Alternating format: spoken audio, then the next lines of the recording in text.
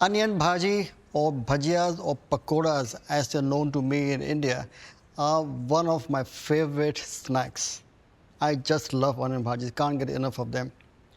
In India, it's probably one of the most favorite snacks. It is so popular that either monsoon or winters, you name it, whenever, during tea time, there are almost 1 million households in India eating onion bhajis. In fact, I can tell you honestly, there are more than 1 billion people eating onion pakoras or bhajias every day. And if you want to be the 1 billion and 1 person to eat that, you better pay attention because these are extremely moreish. And I can promise you, once you start eating one, you are not going to stop. Now, bhajias, what are bhajias? They are basically fritters or pakoras. They're made of gram flour. Now, when you make the batter, when you mix your onions into it and you deep fry it, you get a fantastic feel to it, a nice mouth feel. Now, you can have a lot of variations. You can add fish into it, you can add chicken, you can add a piece of cooked lamb, you can add paneer, you can add cauliflower, you can add spinach, you can add potatoes, you can add aubergines. There's a lot of stuff you can do. But why do I like the onion bhaji so much is because when I fry something, what I really like are the grits at the end, the crispy parts, which are very nice to have. They're very crispy and crunchy. And when you fry a piece of fish or paneer or vegetables or like potatoes, you get them very evenly done. But the edges only are crisp. And then the centers are not really as crisp as the edges. With these onion bhajis, what you get is every bite, every mouthful will have lots of crispy parts to it because that's the way the onions are. And that's one reason why I love it so much. I mean, for me, the best way to enjoy onion bhaji, and you know, being a chef, they always say, oh, you should never really say that. I love to have an onion bhaji or a pakora with tomato ketchup. Nothing beats that. And you know what? You can quote me on that. I'm not ashamed to say it at all. I love ketchup with an onion bhaji. So I'm going to teach you my version of onion bhaji. It's a very simple one. The batter or the flour used in this is gram flour or chickpea flour, which is very high in protein and carbohydrates. It's also a fantastic dish for a vegan. There's no gluten at all in that, so really works well. Very simple to make, very easy to make, and that's one reason why a lot of people in India during tea times enjoy that, especially with a cup of chai or masala tea. I've got my oil, which I'm heating up on the side. I'm going to slightly lower the flame down. I'm going to teach you my version of onion pakora, onion bhaji. To start off, I'm going to use some red onion. So I've got sliced red onion here. Just make sure that you loosen up the red onions. You don't want it to become very clingy and cloyy or lumping together. You want them to be quite loose. In the Western world, you have them more into a round shape. But back in India, they are like loose, they're like spiders. They're like crabs, like tentacles. They're all loose and they're crispy. And that's the beauty about it because each part of the onion gets cooked with the flour and deep fried and becomes crispy. I prefer to use red onion because they have a stronger flavor to it. White onions are fine, but white onions are slightly sweet. And I don't like the sweet flavor of the onions to come through. I like the pungency of the onions to come through. The onions have got a lot of moisture. Now I'm going to actually add more flavor into it. Now, how do you add flavor into onions? Very easy. Some turmeric powder, some red chili powder. Again, personal preferences. If you like it spicy, you can increase the chili content. With bhajias, I do like it spicy. So I'm going to increase the red chili, chopped green chili, again for that extra kick. Tiny quantity of cumin powder, coriander powder, a little more, and some fresh coriander stalks which have been chopped. In fact, I'm going to put a generous amount of coriander. I just love coriander to go with my bhajias. And at this stage, I will also add salt. So next thing is salt.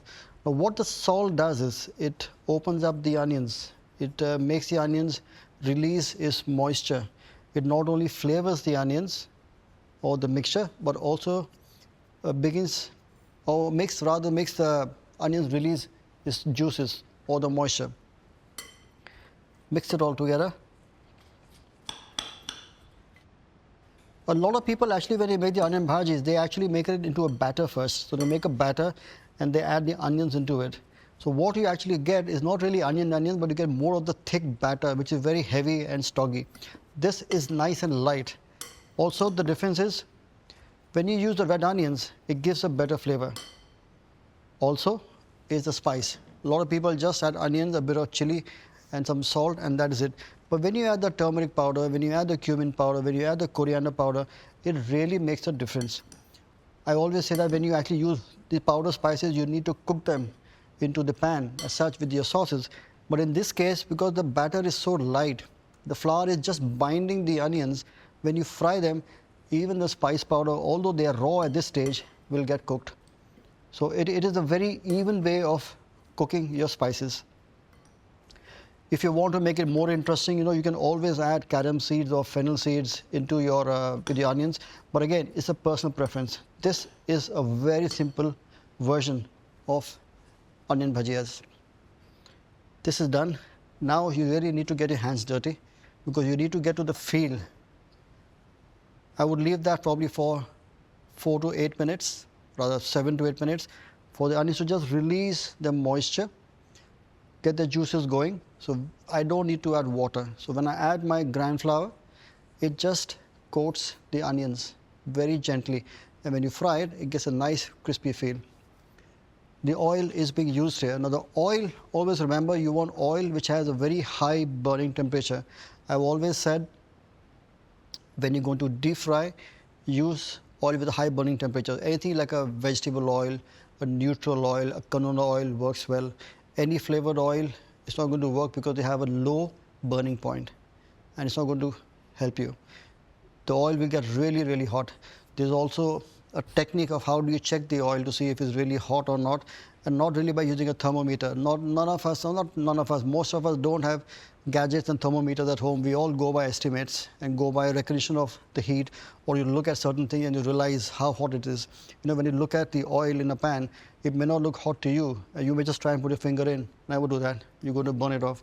You can either put your hand slightly over the oil to feel the heat, or in another way is sprinkle a batter. But in this case, let's say I put a piece of onion. You hear that? If it comes up, the oil is warm. It has. So that tells you that the oil is hot. If the onions had sunk till the bottom, means the oil was not warm enough. If it really comes up very violently and begins to char very quickly, that means the oil is too hot. So in that case, what do? Either if the oil is too hot, you can add a little more oil or lower the heat. Or if you feel that the oil is not hot enough, you crank up the heat and wait till the oil is perfectly the right temperature. Again, based on estimates, based on your recognition, based on your senses. So, you get to see, and that is how you actually communicate with food. You try and understand the science behind the food by looking at it. You can use expensive gadgets, there's nothing wrong with that. But when I was being trained as a young apprentice in the early 80s or mid 80s, I learned it purely by practice. I should learn to watch the masters or the ustads who would cook back in India. And in those days, you were never allowed to learn, or you never taught anything as such. It was all by asking questions. And as a young apprentice of 17 years old, I used to carry a small notebook in my hip pocket and make notes. And everybody said, this guy is always asking questions. And the reason for that was I was hungry for knowledge. I wanted to learn. I wanted to understand the reasoning behind why do you add certain spices, why do you add certain flavors, how do you do certain things. And I would never get questions. So I always had a question mark. So when it came to my turn, where I was mentoring my stagiaires or my team in my restaurant, I made sure that everybody who walked through my kitchens got complete knowledge. Your cooking is all based around your sound understanding of the strong foundation. So once your foundations are ready, you're all set to conquer the world. This onion is almost ready. It's nice and crisp. And this is even without putting the batter in it yet. Okay. All is ready. My onions have rested for a while. They have released the moisture. So if you actually hold them in your hand and you squeeze them, you can actually feel the moisture falling down. You see that? That is the liquid, the natural juice of the onions which are being released. So if I press them a bit firmly, all I'm doing is I'm massaging it and I'm releasing the natural moisture or the juices of the onion. The juices are also mixing up with the spices, so all the flavors are in the liquid. And that is how you actually extract flavor off, or how you mix flavor well. So this is now ready. It does smell nice. You know, it's a lot like when you're pickling onions, you soak them with the spices or soak them into vinegar, let them rest, and they release the flavor, then they get pickled. In many ways, that is what I've done. I've lightly pickled my onion with just salt and a few spices. In this, I'm now going to add baking soda. So I've got baking soda. I'm going to sprinkle that all over, a little more. I'm going to add corn flour. Now, baking soda and corn flour, what do? They actually aerate the mix. They make it lighter. And when they make it lighter, what you get is a fritter which is a lot more crunchier. And that is the key. And that's the reason why you add baking soda and corn flour. I'm also going to add gram flour. Again, this is a great vegan alternative. Gram flour doesn't really have gluten as such, so it needs something to bind it together. The moisture will bind it together, but it gives a very nice flavor, very good in carbs, very high in protein. It really works well. So I've got the mixture all spread across, and all I do now is just gently I mix the onions with the flour. Now, if I leave it for too long, it will become one big mass, a big lump of onion, and it will not look nice.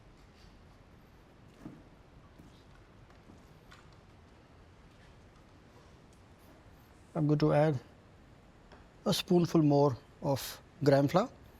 So this is the beauty when you're actually going to cook. You understand if you need to add more or not. If you don't add enough, it will not bind, it will all spread out. If you add too much, it becomes very doughy and very heavy. Now this is just about right.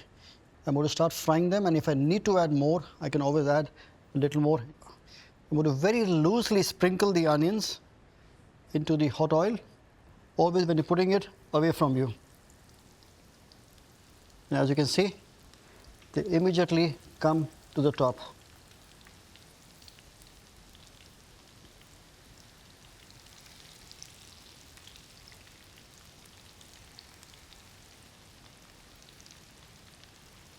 Never overfill your pan with the mixture, because then the oil temperature really comes down. I'm going to use half of it for now. With a spider web, just press them down gently, just to ensure that the onion fritters cook evenly. And what I'm looking for here is the nice golden brown color to the onions. So let's take some out and have a look. You can see that it's still halfway through. It needs to cook more. But I'm going to turn them over.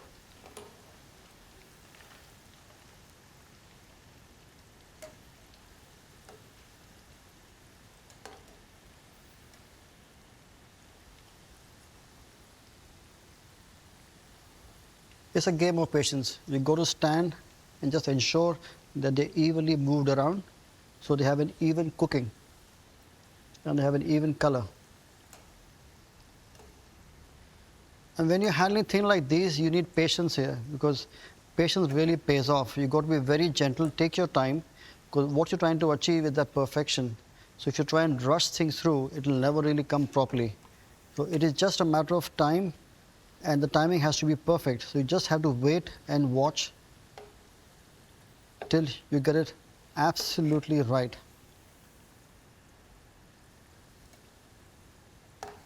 Let's have a look. A little more.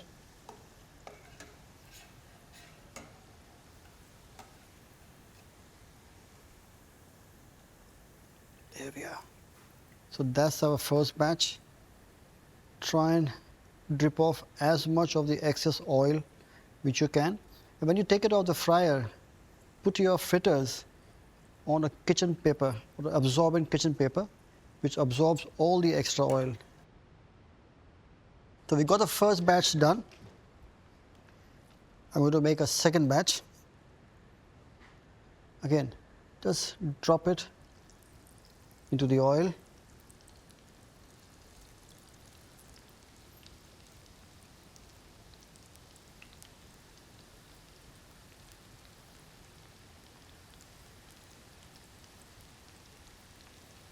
Again, look at it, they're still quite loose, but they're not tightly packed. They're not dense. So even when you go to the center of the onions, the batter will actually cook. It will not be a raw batter.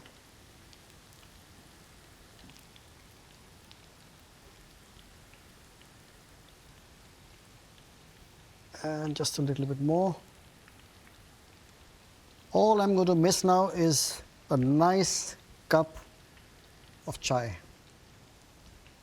I want to quickly wash my hands.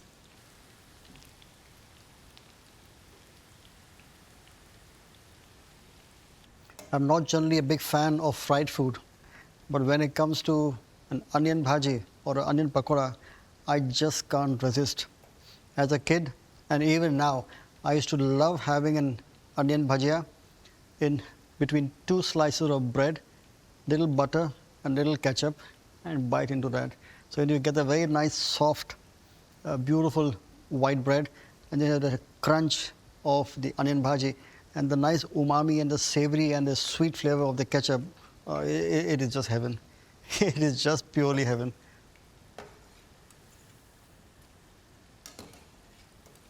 Look at that. You know, when you actually cook, and things always don't come out the way you like it to come out. You know, you do make mistakes. Even after so many years, after 37, 38 years, I still make mistakes in my kitchen, and it can happen. But when you get them right, it gives you so much joy, like a sense of achievement, or when you get that just thing right, is so very pleasing.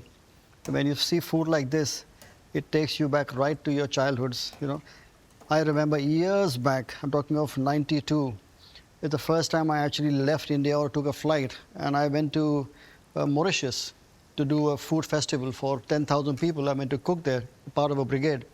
And when we got to Mauritius, we were driving by the countryside. I mean, it is a small island, so we were driving by, and you passed through a very small village, and you had this gentleman on a motorcycle selling snacks. And he had things which were fried food, which are a roadside snack, and one of them was an onion bhaji. So this is such an iconic Indian dish. It's not just in India, but it has traveled all around the world. And it has pleased not millions, but probably billions of hearts around the world. And it is such a simple and humble ingredient, onion. That's all it is. So think like an onion or a potato, they may be very humble, but they are the most satisfying for your soul.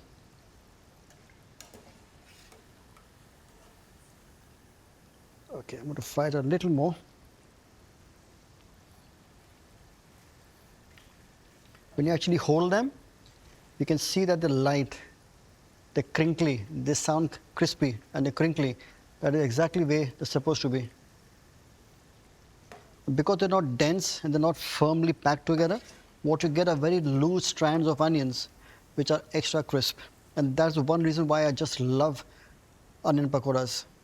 So these are ready. I'm going to take them off, drain off as much of the excess oil back in the fryer onto an absorbent paper. I'm going to switch off the heat.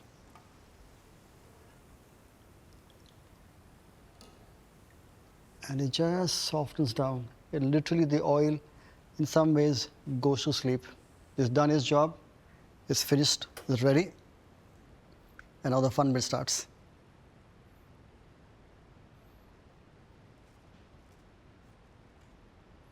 You hear the eerie silence? That is the sound of satisfaction. This is done. All I will do is serve my onion bhajis with my favorite accompaniment to this dish. Now, I generally don't have ketchup with everything. It is just a few things I really enjoy this with, and onion bhajis is one of them. It doesn't need any fancy garnishes. It just needs a big bowl to feed your belly. And a lot of people ask me, how do you store onion bhajis? And I said, in my stomach. Because that is the best place where you can keep your onion bhajis happily in my stomach. It feeds my soul and it makes me happy. So onion bhajis are never enough. You can never really store onion bhajis.